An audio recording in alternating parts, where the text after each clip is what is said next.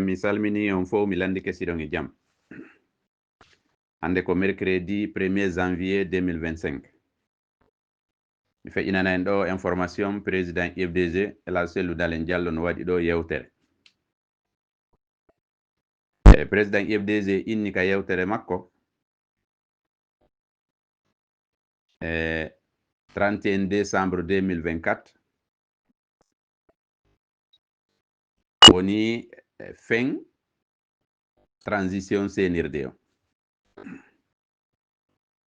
Président IFDG ka yewtere makko o sifiɗo piiji buy ko senirde ellaji ko senirde waɗi e nder ndi leydi Lagine. E senirde ko foduno kom Mamadi Doumbouya président senirde ko foduno kom fop hay hunde o respectade. Président senirde Mamadi Doumbouya o foduno accord ko waɗi kon hakkunde makko e CEDEAO transition on lannay le 31 décembre 2024.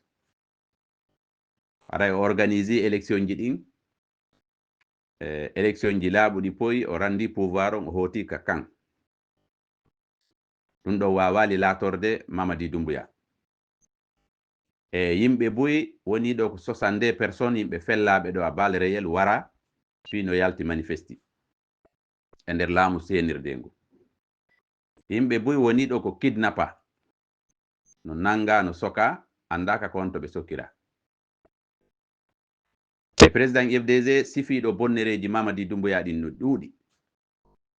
O inni ɓatum Mamadi Doumbouya président senirde hunnata ahadi respectata promesse ji mum ɗi.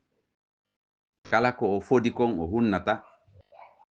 Haray a partir de ma hande 1er janvier 2025 kanko président IFDG e force vive de Guinée on ɓe reconnaissata Mamadi Doumbouya comme président senirde hande kadi. Ibi ñalande hande nden Mamadi Doumbouya wona président de la République de Guinée. Parti IFDG on e militant ɓe IFDG ɓen e responsable ɓe IFDG ɓen e kala yiɗuɓe démocratie Lagine ɗo, kala yiɗuɓe droit de l'homme Lagine ɗo, kala faalaɓe yo Lagine yaaru yeeso. Haray président IFDG inni koye jama on fof immo daro. Koye jama on immo daro senirde Mamadi Doumbouya o raɗe ka laamu. O raɗe ka jullere joɗɗine président jo civil élection ji ɗin organisé. Ibi hande le 1er janvier 2025 mi fillito. Président IFDG inni o reconnaissa hande kadi Mamadi Doumbouya comme président de la transition.